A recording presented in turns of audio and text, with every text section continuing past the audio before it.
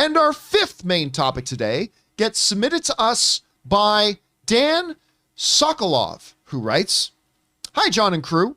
Love the show. Thank you so much. It looks like the review embargo for Matt Reeves' Batman will lift on the 28th of February. Should we be worried?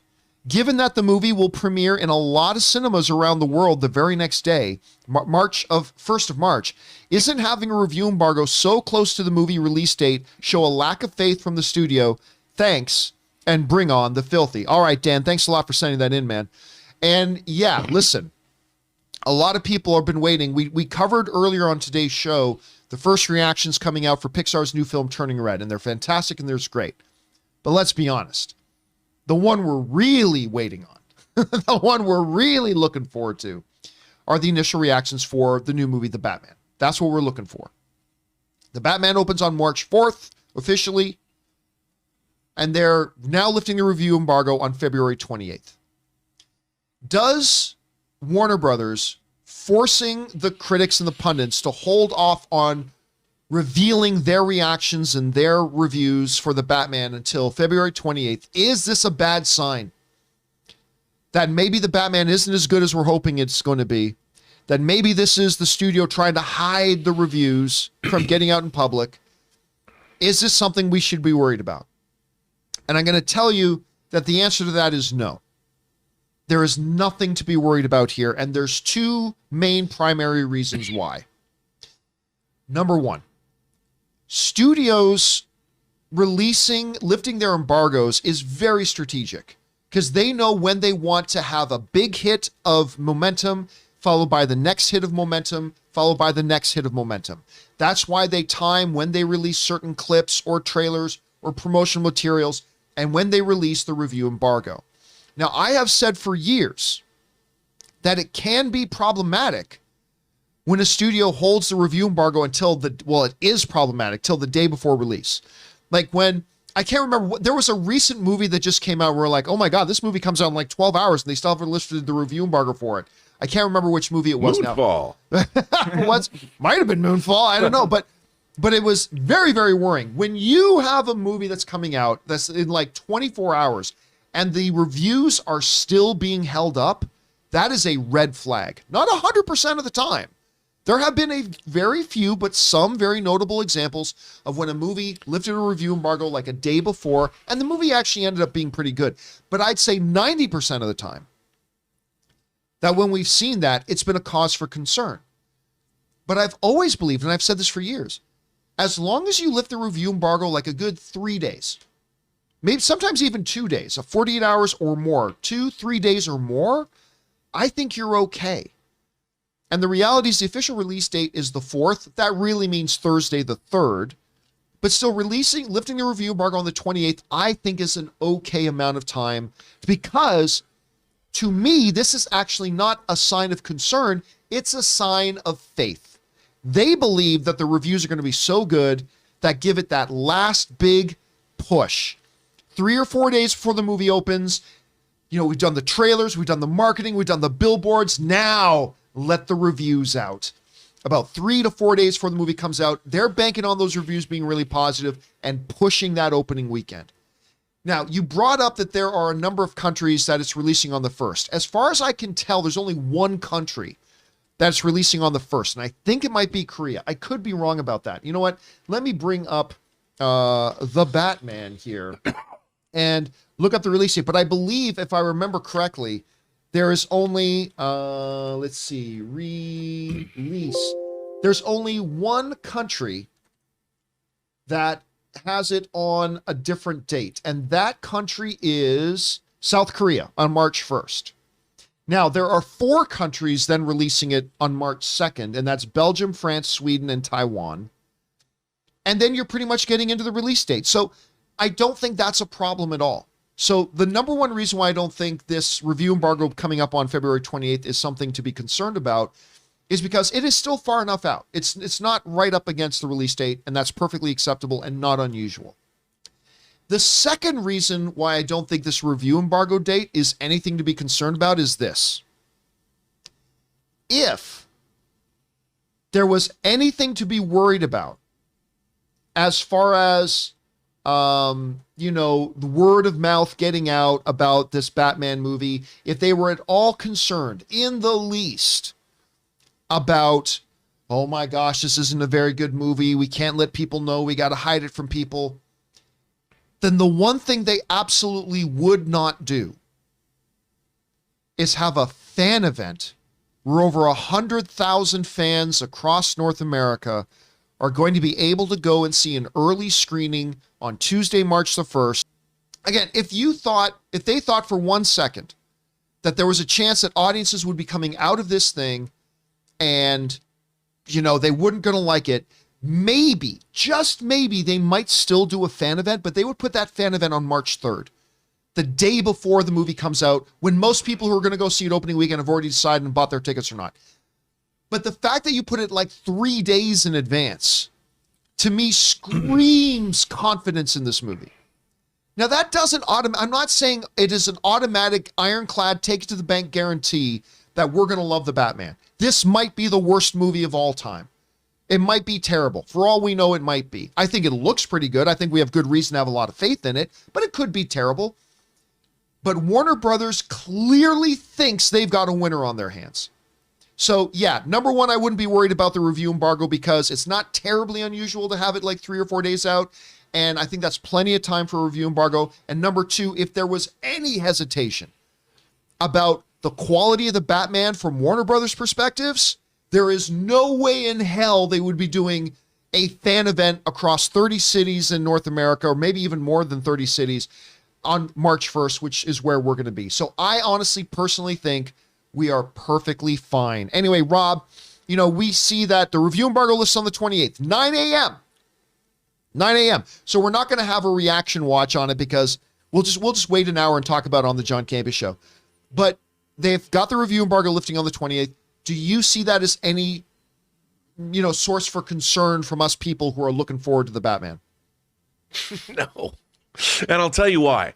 They've had the cast making the rounds. There's all kinds of internet videos of interviews with the cast. Pattinson's out there on different talk shows. They're releasing Giacchino's score, pieces of score. They're releasing clips. Do you know what they're doing here? They have this fan event, and they're releasing the reviews right before the fan event. They are working us all up into a lather. We're all of us that have tickets to that fan event on the 1st, we're going to get those reviews on. Remember, that fan event's Tuesday. So we're getting the reviews are going to drop that Monday. It's basically like a howitzer. They're firing a cannon into the pop culture zeitgeist. That is going to be Batman's week. They know what they have. This is very calculated, and we're going to be armed to the gills with great reviews going in to see this movie. And by the time, I mean, I don't even know if we're going to be able to shut up enough about this movie before it starts in the theater that we're even going to be able to watch it and sit quietly. We're going to be in such a frothy lather. We're going to be so excited. And they're going to use this. The entire week is going to be one giant salvo of awesome press and great word of mouth for this movie, to the point of on Friday when it finally opens, everybody and their grandmothers are going to go see this movie for opening weekend, and it's going to be huge. It's going to be huge because we're going to have an entire week of all Batman all the time. And I guarantee you, from February 28th to March 4th, no one is ever going to say, Twilight Boy, ever again. It'll be it. That'll be it. It'll be the end of that. The Twilight Boy, like Bolo Young's already tired of it. Look at him. He gets mad. Bolo gets mad when he hears the Twilight Boy. No, you're right. I think this is going to forever change the perceptions of a lot of people. I think we're going to go in and see this movie. Now, look, let's be honest. This is film fandom we're talking about. That means there are some people who have already decided that the Batman isn't good. And no matter how great this movie is, they're going to come out and say it's the worst thing ever, no matter what. Oh, yeah, I've talked to some of these people too. And listen, and the same is true on the opposite side. There are some people who have already decided this is the greatest movie ever. And even if the movie ends up being a stinker, they're going to come out and swear it's the greatest thing of all time. And that's unfortunate. Then there's the rest of us in the middle that we just go into it, believe it's going to be great, hope it's going to be great, and if it's bad, we come out and say it disappointed us, like I did with Uncharted. Or we're going to come out and say it lived up to everything we wanted it to be, like Uncharted did for Ray. Yeah, but then they'll accuse us of being shills for Warner Brothers. Oh, I'm apparently we're shills for everybody, so who cares? Who gives a I shit? keep waiting for my one check from anyone. From any of these guys. So, I mean, yeah, but I don't feel anything. I don't think there's any at all hesitation. And that's one of the big reasons why Batman has been my number one most anticipated movie of the year for a long time. Yeah. But it's all these moves they've been making that have just reinforced my faith that this movie is going to be incredible. Like, beyond the fact that it's Matt Reeves directing, beyond the fact that they've assembled an incredible cast, beyond the fact that the trailers have looked impeccable, beyond the fact that the music sounds like it's going to accompany this and elevate the imagery that we're seeing on screen, besides the fact that we're getting clips of action where they actually know how to shoot it and make it feel visceral and they're not shaking the camera around. We're going to be in the action and be able to see all the action. Beyond all of that, Warner Brothers, and they don't always do this, Warner Brothers has made this mistake many times. But in this case, Warner Brothers has done everything to show us and to tell us we believe 100% in this movie. And we believe you will too. So, Ray, I know it's 3 hours, but come on. Where's your anticipation level I right say now? there's two things that you don't want to hear while you're watching this Batman movie, if you're sitting right next to me. I don't want to hear from you. Quiet. Or you don't want to hear me just laughing like the whole time. Those are the two things you don't want to hear from me. But you know what? I'm excited. It's almost like the last Spider-Man No Way Home. During the last week, like, my excitement just kind of like mellowed out. Like, you know what I mean? Because it's coming out so soon. Like, the same thing happened with Spider-Man. So I'm just waiting for it. We'll see what happens. Well, what's going to be funny is a week from yesterday's show, we will be able to talk about the first reviews of Batman before we go see the film. And I did notice a lot of people asking for that reaction watch. Well, yeah, and again, I would love to do reaction watch, but the problem is, unlike Spider-Man No Way Home, where the reaction embargo lifted at like 9 or 10 p.m. at night, the reaction embargo lifts at 9 a.m. in the morning, which is only 1 hour before the John Campea Show. So we're just going to, instead of doing reaction watch at 9 and then the John Campea Show at 10, we're just going to incorporate, we're going to talk about the first reactions for the Batman on the John Campea Show that day. Let me ask you, John, I don't know the answer to this question. When you look at reviews, when they come out, where are your first reviewers that you read? Like, what venues? Do you go to Hollywood Reporter? Do you go to Variety, Rolling Stone, Forbes? Where do you go? When I'm looking for the first ones coming out, none of them, because I don't know when they're going to drop them. Because quite often when a review embargo drops, like, first of all, when you get like the effing nobodies like me on YouTube and the little website outlets and stuff like that, like, we still erroneously think there's some big value in being first. And so the nobodies like me, they'll be the ones to rush that at 9 a.m. and 0 seconds, boom, your review goes up. A lot of times, though, places like Ford and Variety and the Hollywood Reporter, like, their review will go up, but 9:30, 9:20, maybe even 11 a.m. they'll post their review up. So when there's a big anticipated movie like this, I basically just camp on Twitter. Because, I follow like the sources and the outlets I'll be looking. I'll keep an eye on also my RSS feed. I'll keep really close on my RSS feed and see who's putting out the reviews first. And then I'll get around. Now, if I forgot about it and then the next day comes along, well, then yes, the first ones I go to are usually the primary sources. I'll check out Variety's review. I'll check out the Hollywood Reporters. I'll check out The Wrap. I'll check out Empire. I'll check out Joe Blow. I really like Joe Blow's reviews. Yeah. I'll check out Coming Soon. I'll check out, those would be the first ones to go to. Otherwise, when the big things are dropping, like the Batman, I'll just read them as they start coming out. I'll read them in that order. And another thing we should remind people of, they've already been showing this movie to reviewers. Yes. It's being shown, Jimmy Kimmel saw it last week. So they've been showing this movie to people. They haven't been hiding it. So, I mean, they've kept the embargo on, but people have seen this movie. Well, unfortunately to that, there have been movies that I have seen 3 weeks in advance and then found out that the review embargo didn't lift to the day before the movie came out. So that's not how early they show the critics is not really an indicator. Well, no, but I mean, they're not when they lift the embargo and let them talk about it. Yeah, but they're not hiding it. No. They're not keeping it under a rug. Then Warner Brothers already knows. They're not stupid. No, they know. They know. They know. They got it. The question will be, how big of an opening will it be? Right. Will it be 80 million? Like Forbes put out an article like last week that said they believe the Batman is going to open to 80 million. I think that's preposterous. Yeah, I do too. Now, maybe I got carried away when I was thinking 190 might be on the table. Maybe I got carried. Maybe it's not going to be that high. But I think 80 is preposterous. I think it's good. Look, if Uncharted can make 50, the Batman can easily clear 100. 130. 130. You're baby. going with the 130 on this? 130, 135. Rob, I'd go where are even you sitting higher. at right now? I said Spider-Man No Way Home was going to be what, 150? I think this. I'll go up to 150 on this.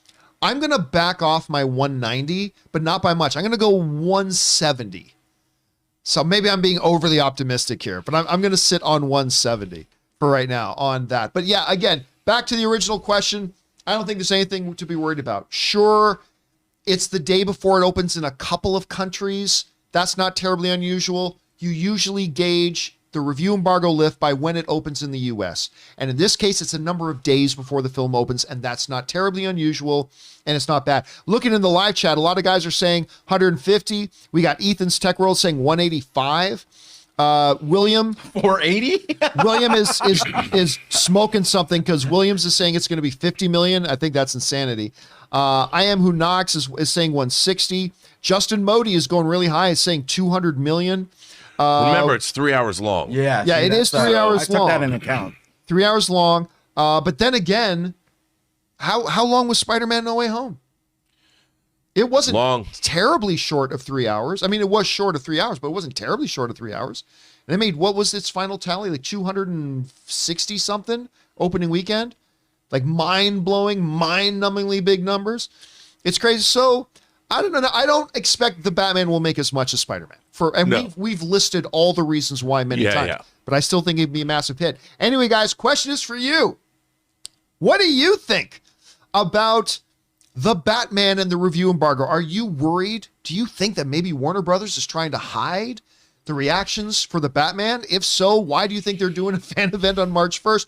I know. How are you guys feeling about it? Where do you think this thing is going to fall? Jump on down to the comment section below and let us know your thoughts. We want to take a minute and thank the sponsors of this video, Liquid IV. Now listen, just one stick of Liquid IV added to 16 ounces of water will hydrate you faster and more efficiently than just water alone. It contains 5 essential vitamins like B3, B5, B6, B12, and of course vitamin C, with 3 times the electrolytes as traditional sports drinks. And what makes Liquid IV so effective is the science of cellular transport technology, or CTT. You see, it's designed to enhance rapid absorption of water and other key ingredients into your bloodstream faster and more efficiently. It tastes great, and it's a great thing to take when you feel run down, you need your daily hydration boost, or even a little bit of hangover recovery. You know, Ann and I get up pretty early in the morning to go to the gym because we can't go to the gym at any other time during the day. And for the last couple of weeks, I have been drinking 1 full glass of water with Liquid IV, and all I can tell you is you can feel the difference during the workout. So go and grab Liquid IV in bulk nationwide at Costco, or you can get 25% off when you go to liquidiv.com and use the code CAMPEA at checkout. That's 25% off anything you order when you use the promo code CAMPEA, that's CAMPEA, at liquidiv.com. Experience better hydration today when you go to liquidiv.com, and remember, use the promo code at checkout, CAMPEA.